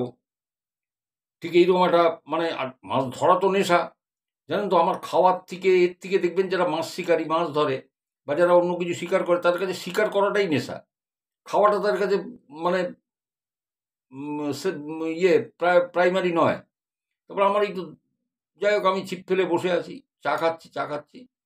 বলে ঘন্টা খানেক পার হয়েছে, 8টা-5টা নাগাদ, মানে আর আমার ছিপে টান পড়েছে। টান পড়াতে আমি ছিপটা তুলেছি, খেলিয়ে খেলিয়ে তুলেছি। বেশ বড় সাইজের একটা কেজি 2-এর বোয়াল। আর জলের মধ্যে চার্জার লাইটটা বাড়িয়ে দিয়েছি, জলের মধ্যে দেখাই যাচ্ছে সাদা খলবল খলবল করছে। তুলে এনে সেই বড়শি ছাড়িয়ে, নেট আছে, নেটের মধ্যে পুরে জলের মধ্যে এরকম বেঁধে রেখে দিলাম নেটটাকে।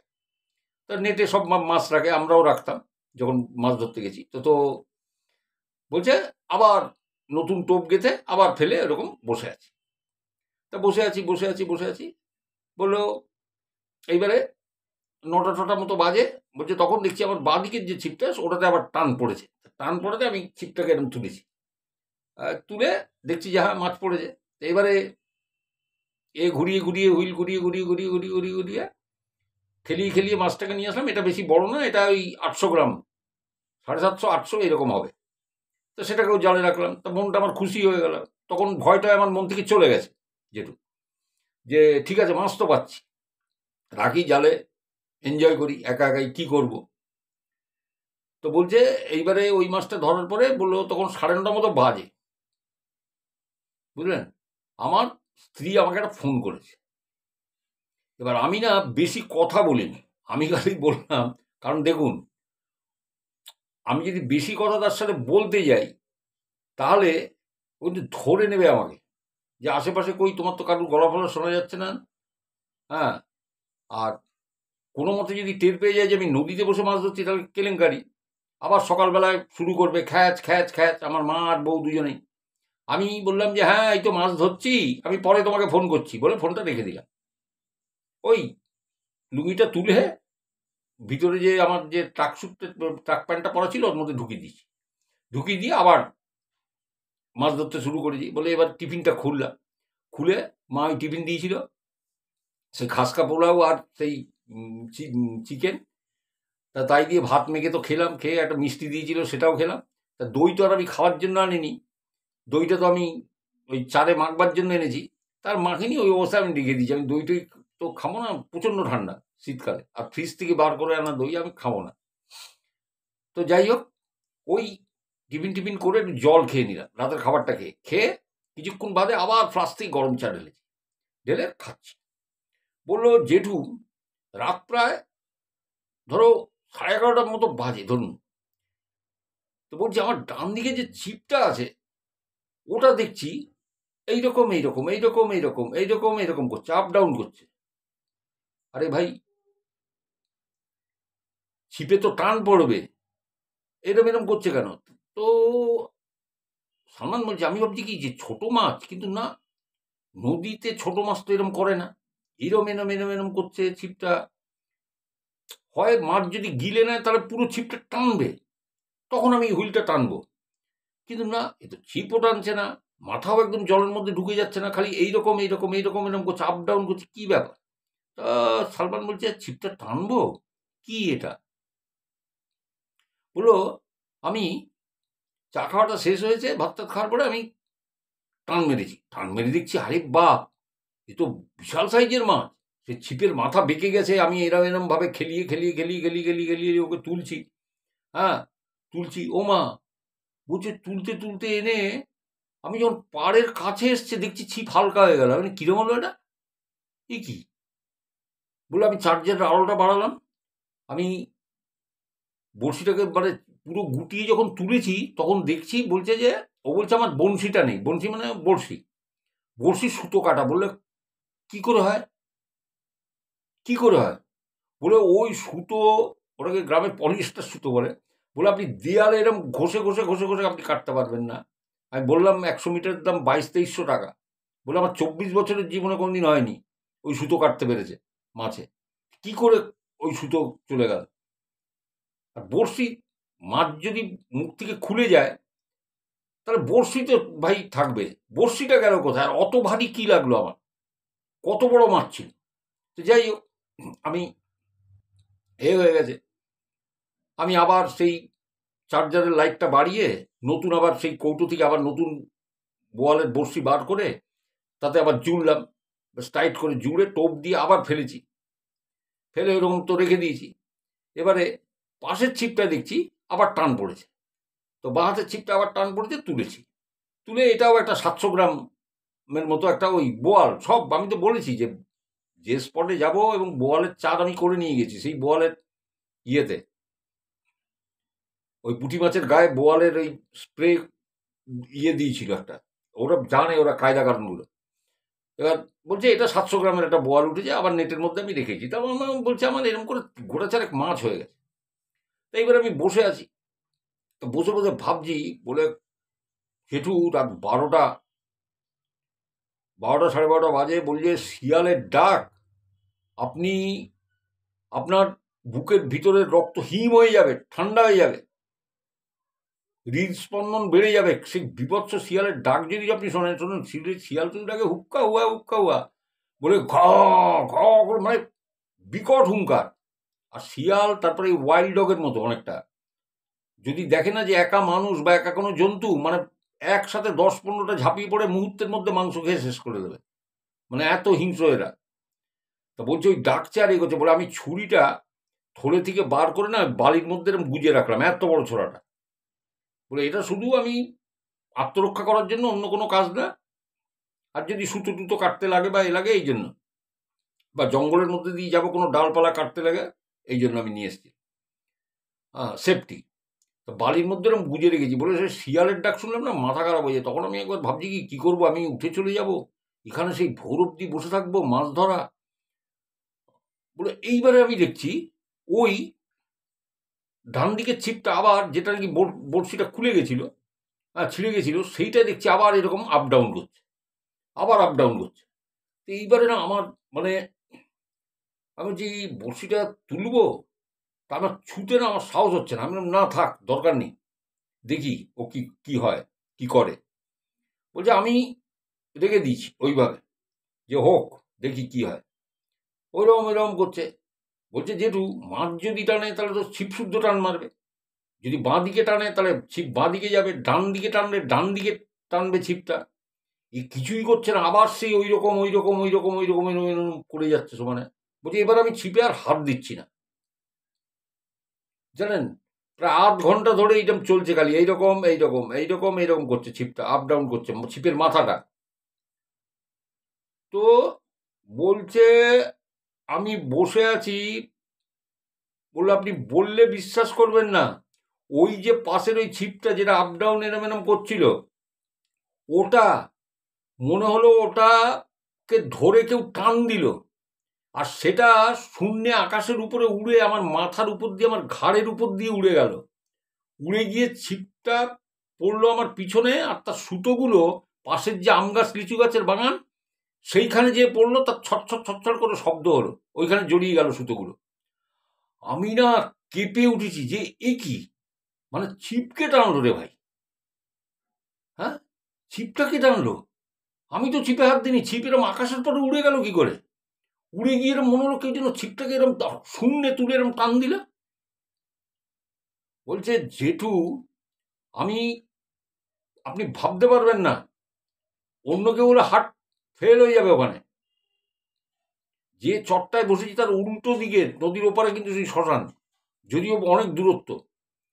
আর ওই দৃশ্য আপনি চিন্তা করতে পারেন যে ওই হুইল ওইরকম আমার মাথার পর দিয়ে উঠে ওইরকম ভাবে চলে গেল কি করে। আমি তাতে হাতও দিইনি, কিচ্ছু না। এবার কি করব চিন্তা করছি। আমি আর একটা চার্জার বের করে সেটাকেও জ্বালালাম একটু আলো করবার জন্য। এইবারে দেখছি যে আমার বাঁ দিকের ছিপটা ওইটায় টান পড়েছে, আর যা তো ওইরকম টান পড়ে যায়, আমি না তখন মানে, এবার তো ছিপে টান পড়েছে, আমাকে তো খ্যাঁচ মারতেই হবে, বলে মানে এরকম টান মারতেই হবে। ওরা বলে খ্যাঁচ মারতেই হবে, তবে আমি খ্যাঁচ মেরেছি এরকম। ওরা বেঁধেছে বড় বড় বেঁধেছে। আমি তো এরকম গুটিয়ে খেলিয়ে তুলতে হয়। আর ওই খেলাচ্ছি, আর পাশের ছিপটাকে লক্ষ্য করছি যে ছিপটা এরকম উল্টে পড়ে আছে, আমি আর ওইটা ধরতেও যাচ্ছি না। এবার খেলিয়ে হ্যাঁ, সামনে যখন এসছে পাড়ের কাছে, তখন ওই চার্জারের আলোতে আমি দেখতে পাচ্ছি সাদা পরিষ্কার, বুঝলাম এটাও বড় সাইজের বোয়াল। বলে জেঠু, আমি বোয়াল মাছটা পাড়ে তুলেছি, এবার তো মুখ থেকে বড়শিটা ছাড়াবো। আমি যখন অজ্ঞান হয়ে যায়নি, আমি যখন সেন্সলেস হয়ে যায়নি, আমি জানি না যে আল্লাহর কি কৃপা ছিল বা ইয়ে ছিল, বলে আমি হতবাক হয়ে গেলাম। ওই যে বোয়াল মাছটা উঠেছে, বোয়াল মাছের চোয়াল এরকম থাকে, আপনারা তো দেখেছেন, হাতের মতো এরকম কপ কপ কপ কপ কপ কপ এরম করে, হ্যাঁ, চোয়াল, হ্যাঁ, জটা। বলে নিচের জটা নেই, নিচের চোয়ালটা নেই মাছটা। তা সে গিললো কি করে বলুন তো বড়শি? নিচের চোয়ালটা নেই মাছটার, একটা চোখ নেই। তাহলে অবশিষ্ট যে একটা চোখ, সেটা কোথায়? সেটা চোখের জায়গায় না, সেটা বোয়াল মাছটার মাথার উপরে ওই চোখটা।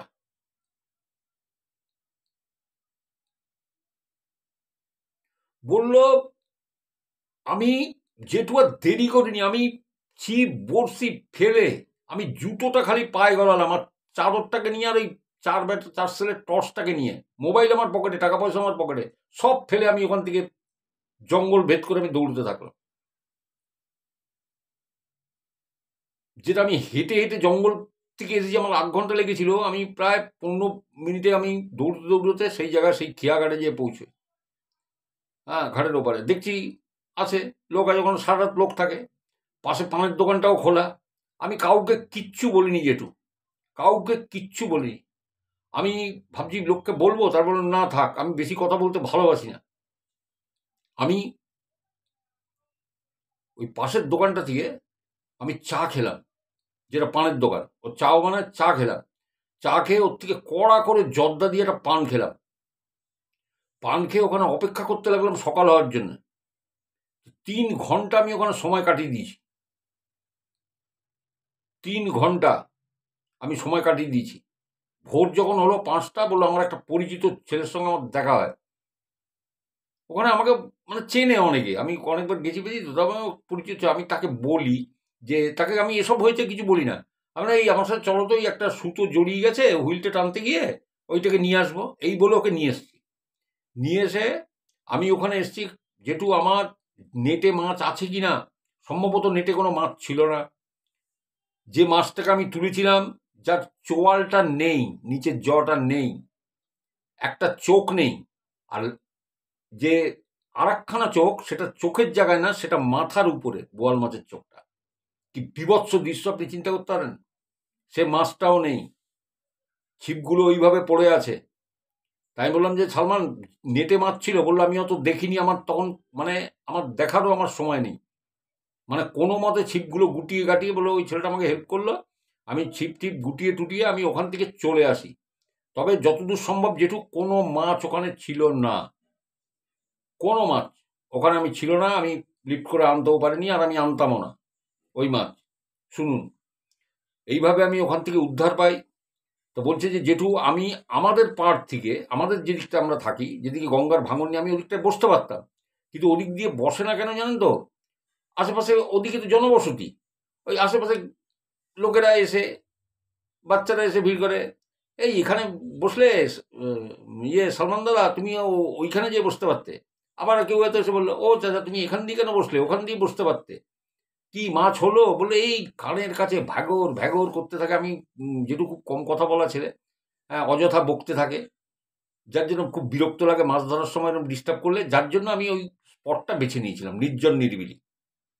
এবং আমি যে দুঃসাহস দেখিয়েছিলাম, তার পরিণাম আমি হাতে হাতে পেয়েছি। এই ঘটনা যেটু আমি কাউকে বলিনি, আপনাকে বললাম। আপনি আপনার মতো করে বলবেন। আমি আমি ওসব বাড়ির লোককেও বলিনি, আজকে আপনাকে বললাম। আর ঘটনাটা পাঠিয়েছিল 2024, আমি 2025-এ এই ঘটনা আপনাদের শোনাচ্ছি। কারণ দেখুন, যখন অডিও বড় হয়, তখন আমাকে না বেশ টাইম লাগে এগুলো শুনতে। আমি 2 দিন ধরে ওটা শুনছি খালি। এবং ছেলেটি অত্যন্ত ভালো ছেলে, প্রত্যেকটা ছবি আমাকে পাঠিয়েছে। এই সেই চর, এইখানে আমি বসেছিলাম, এই দেখুন আমার সাথে যারা আছে, এরা আমার পাড়ার ইয়ে, এদের নিয়ে হইচই করছি। এইভাবে মুম্বাই থেকে আসলে এইভাবে আমার সময় কাটে। হ্যাঁ, আরও ভিডিওগুলো যেগুলো মানে ওই ফেল হয়ে গেছে, ডাউনলোড ফেল হয়ে গেছে, হোয়াটসঅ্যাপে পাঠিয়েছিল তো। আর সেই চরটাকে পরিষ্কার দেখিয়ে দিয়েছে, যে চরের পরে বসেও মাছটা ধরছিল। বলে আমি ভিডিওগুলো করেছিলাম, আমি ওর থেকে চেয়ে নেব ভিডিও। বলে আর ওই শ্মশানের ঘটনাটা আমি বলবো, যে ওইখানে আমরা মাছ ধরতে গেছিলাম, তখন চিতায় এক ভদ্রমহিলাকে তখন তোলা হয়নি, তুলবে। সেই সময়কার একটা ঘটনা আছে, আমি শ্মশানের ভিডিওটা পাঠাবো, কি ভয়ঙ্কর আপনি দেখবেন। তা সেই ঘটনাটা আমি আপনাকে পাঠাবো, আপনি সবাইকে শোনাবেন ঘটনাটা। তো যাই হোক সালমান, আমি তোমার ঘটনা বললাম। এবার কে কতটুকু কিভাবে নিয়েছেন আমি জানি না। আমি আপনাদের বলেছি ধৈর্য ধরে শুনতে ঘটনাটা, যে একটা ছেলে, আপনি তার জায়গায় নিজেকে চিন্তা করুন, যে ভাগীরথীর তীরে আপনি ওই রকম চরে আপনি নির্জন নিয়ে, আর তার উল্টো দিকে শ্মশান, নদীর ওপারটায়। এমনি নদীর ধারে আপনি বসে থাকেন না। আমি বেশি ইয়েতে যেতে হবে না বলছি না, এই আমাদের হুগলি নদী দিয়ে, যেটা এই যে দিয়ে গেছে, আপনি এখানে কোনো নদীর পাড়, এই যেমন এই কুঠিঘাট আছে, অমুক ঘাট আছে, বাগবাজার ঘাট আছে, অমুক আছে। বাগবাজারে তো অনেক লোকজন থাকে, এমন একটা ঘাট আছে, ওখানে বসে থাকতে গায়ে কাটা মেরে দেবে। বসে থাকতে গায়ে কাটার, মাছ ধরা তো দূরাস। এ ভাই কি ছেলে ভাই সালমান। তো ভাই সালমানকে সালাম ভাই, ভালো থাকো, সুস্থ থাকো। আর শ্মশানের ওই ঘটনাটা পাঠিয়ে দিও, কারণ এখানে অনেক দর্শক অপেক্ষা করে থাকেন, বা শ্রোতা অপেক্ষা করে থাকেন। আমি আপনাদের ঘটনা বললাম, ঘটনা আপনাদের কেমন লাগলো আমাকে জানাবেন। আর চ্যানেলটা সাবস্ক্রাইব করে পাশে থাকবেন, বেল আইকনটা প্রেস করবেন যাতে নোটিফিকেশন পান। ঘটনা ভালো লাগলে শুনবেন, তবে আমার ঘটনা শুনতে গেলে কিন্তু একটুখানি একটুখানি একটুখানি ধৈর্য ধরে শুনতে হবে। প্রতিটা জায়গা আপনি স্কিপ করে করে শুনলে কিচ্ছু মজা পাবেন না, মানে কিচ্ছু মজা পাবেন না। তাই বলছি যে সময় করে শুনুন, কাজের সময় শোনার দরকার নেই। যখন সময় পাবেন তখন পুরোটা শুনে নিন, ঠিক আছে? বা এখন একটা শুনলেন, তারপরে এই সালমানের ঘটনাটা শুনলেন, যে একটা ছেলের ভাই কি সাহস হতে পারে। হ্যাঁ, মানে আমাকে যদি চাচা বলতে, ধরুন আপনি গেলেনও, তাহলে যদি চাচা বলতে আমি যেতে পারছি না সালমান, তা আমি তো ভাই তখন ওখান থেকে উঠে হাঁটা দিতাম। আর ভাই আমি যাবো কি করে, মানে ৮ ঘন্টা হেঁটে হেঁটে ওই নদীর পাড় দিয়ে আমবাগান লিচু বাগান পার হয়ে ওই চরে, যার উল্টো দিকে একটা শ্মশান। ভাই ভাই দারুণ দারুণ। তো চলুন, সবাই খুব ভালো থাকুন, সুস্থ থাকুন, আনন্দে থাকুন। ঘটনা কেমন লাগলো আমাকে জানাবেন। দেখুন, অলৌকিক ঘটনাগুলো কিন্তু এরকমই ঘটে। ছিপটা টানলো কি, আপনি বলুন তো, মাথার উপর দিয়ে উড়ে যেয়ে পড়ুন। আর বোয়াল মাছের এই এইটা নেই, একটা চোখ নেই, আর যে বাকি চোখটা, সেটা চোখের জায়গা না, সেটা মাথার উপরে। মানে স্ট্রেঞ্জ, মানে দারুণ। তো যাই হোক, সবাই খুব ভালো থাকুন, সুস্থ থাকুন। অশরীরী চ্যানেলটা সাবস্ক্রাইব করে রাখবেন। আর আমি আপনাদের বলি, দেখুন, আপনারা আপনাদের জীবনের ঘটনা চেপে চুপে রাখবেন না, পাঠাবেন। আমাকে এই ঘটনা পাঠানোর ঠিকানা হলো আমার হোয়াটসঅ্যাপ নম্বর, ওই যেখানে লেখা আছে মা ঠাকুমা দাদু আশ্রম অতীত, ঠিক আছে? ওই লেখাটার পরে একটু প্রেস করুন, দেখবেন পুরো ডেসক্রিপশানটা আপনার সামনে আসবে। ওইখানটাতে নিচে আমার হোয়াটসঅ্যাপ নম্বর আছে, ওখানে এসে একটা হাই লিখে, আপনি, আমার অনুমতিও নিতে হবে না, আপনি অডিও করে বা লিখে আপনি পাঠিয়ে দিতে পারেন, ঠিক আছে? আমি ঠিক দেখে নেব। বা এসে একটা হাই লিখবেন, আমি আপনাকে রেসপন্স করব। বা আমার অনুমতিও লাগবে না, আপনি যদি সত্যি গল্প পাঠাতে চান, তাহলে আপনি ওইখানে এসে একটা হাই লিখে আপনার অডিওটা একটু পরিষ্কার করে করবেন, একটু জোরে করবেন, আস্তে আস্তে করবেন। 10টা 12টা ক্লিপ যতই হোক, আমি সব শুনতে পাবো। আস্তে আস্তে বলবেন, অসুবিধে কি আছে? তাড়াহুড়োর কোনো ব্যাপার নেই। আবার লিখেও পাঠাতে পারেন। আর একটা কথা, অনেকেই ঘটনা পাঠাবেন বলে, একজন বলেছিলেন যে আমি ৩-৪ দিনের মধ্যে পাঠাবো, তিনি কিন্তু পাঠিয়ে দিয়েছেন অলরেডি, কথা রেখেছেন। কিন্তু আরও ২-৩ জন আছেন, তারা, আমি জানি কাজের মানুষ, অনেক সময় হয় না, সবাই সময় করে উঠতে পারে না, আর অডিও বসে বসে করা। তা ঠিক আছে, তাদের কাছে আমি অনুরোধ করবো যে আপনারা একটু পাঠিয়ে দেবেন তাড়াতাড়ি, কেন অনেক শ্রোতা দর্শক অনেক বসে থাকেন ঘটনা শোনার জন্য। তো আর আপনারা না দিলে আমি কোথার থেকে আমি এগুলো পাবো? মানুষের জীবনের নিয়ে তো ঘটনা বলি, আমি তো বইয়ের ঘটনা বলি না, ঠিক আছে? তা এটা একটু দয়া করে করবেন, যারা পাঠাবেন বলেছিলেন পাঠিয়ে দিন। এক দাদা ভাই কথা রেখেছেন, সন্ধ্যেবেলায় চলে এসছে, তো আমি নিশ্চয়ই আমি সামনে বলবো ঘটনা। তো এক দাদা, একটি ছেলে এসছে, সে এসে কিন্তু আর হাই লিখে, কাকু আমি পাঠিয়ে দিলাম এই ঘটনা, প্রথম নতুন এসেই সেই ঘটনা পাঠিয়ে দিয়েছে, তার সাথে ঘটে যায় একটা ঘটনা। তো যাই হোক, তো এইভাবেই পাঠিয়ে দিন, চিন্তা নেই, ঠিক আছে? আমি বলো, আর কেউ কোনো দিল ছোট করবেন না, দিল ছোট করার দরকার নেই, বড় করার দরকার নেই। আমি কিন্তু সবার ঘটনা বলবো। এতদিন বাদে যদি আমি এই ঘটনা বলতে পারি, আমি খুঁড়ে বার করি কোথায় কি ঘটনা আছে, ঠিক আছে? ভালো থাকুন সবাই, নমস্কার। দেখা হবে আবার ঠিক এরকম কোনো সোমবার, বুধবার বা শুক্রবার। নমস্কার।